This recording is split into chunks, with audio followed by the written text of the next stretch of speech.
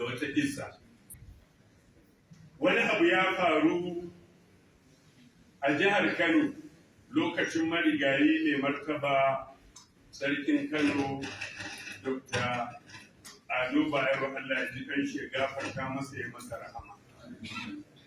Sai wani hakimi ya ɓacewa wani talaka gona. Talakan nan yayye ya anshi haƙƙin shi ya kasa, sai aka yi mai ishara ya kawo ƙara wajen mai martaba sarkin Kano.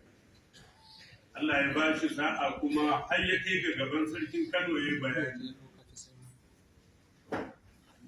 Da wannan ya faru sai mai martaba sarkin Kano ya sa aka aiko haki, aka kira haki. Hakimi da yake ya san dalilin kiran da zai taho sai ya ɗauko dagaci don ya ba da shaida a kan shi, kuma ya goyi bayan shi. Ya ɗauko babban limamin gari lallai ya zo ya goyi bayan shi.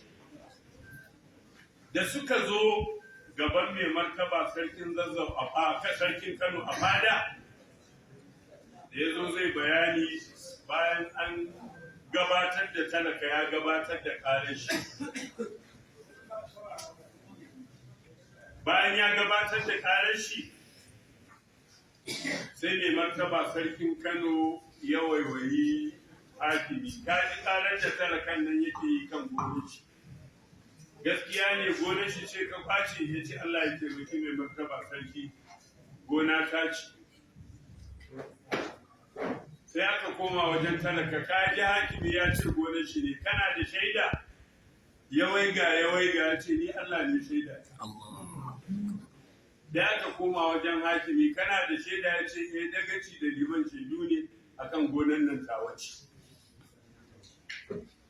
Dagaci ya maganar gona ta waye, ta talakancan ce ko ta hakimi ce? Ya ce Allah ya taimaki sarki, gona ta hakimi ce. Gona ta hakimi ce, ta hakimi ce. Liman me kace akan gonan nan, ta talakan nan ne ko ta hakimi? Ya ce Allah ya taimaki sarki, ta hakimi ce. Ya aka juya wajen talaka, kaji sun tabbatar da gona ta hakimi ce. Kana da wata magana? Ya ce ba ni da wata magana, Allah ya taimaki sarki, abinda kawai zan faɗi Allah ya isa.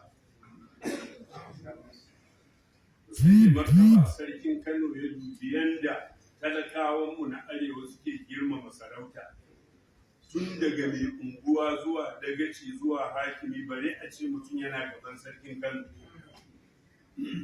Sai Allah ya ba mai martaba sarkin Kano wata fikira, sai ce duk a fita a fada, a bar shi da yan majalisa. Duk suka fita.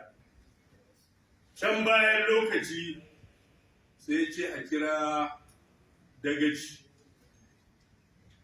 Da martaba sarkin Kano ya ce dagaci ka tsufa, kana gab da komawa zuwa ga Allah, duka ni da kai, tsakaninka da Allah fi sabilillah. Lokacin hakimi na waje, ya ce tsakaninka da Allah fi sabilillah gonan nan ta bashi.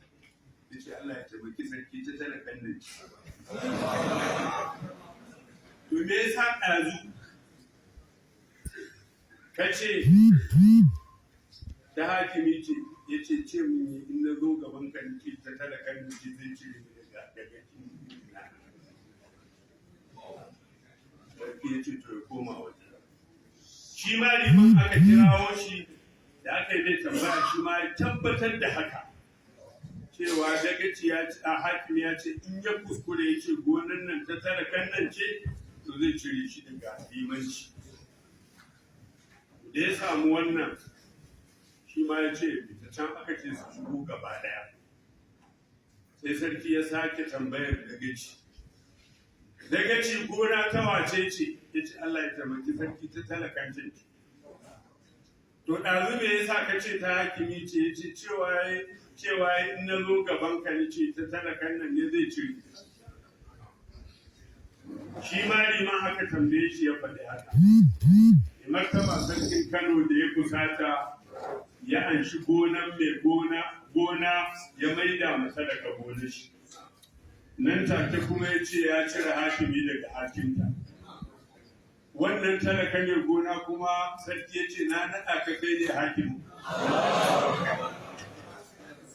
ya ce Allah ya taimaki sarki, ina godiya, ina addu'a, amma ba na bukatar hakimcin Allah ya taimake ka, ni gona ta dama nake bukata, kuma an maida mu sarauta a nemi masu santa a basu abinci, amma ni gona ta nake so.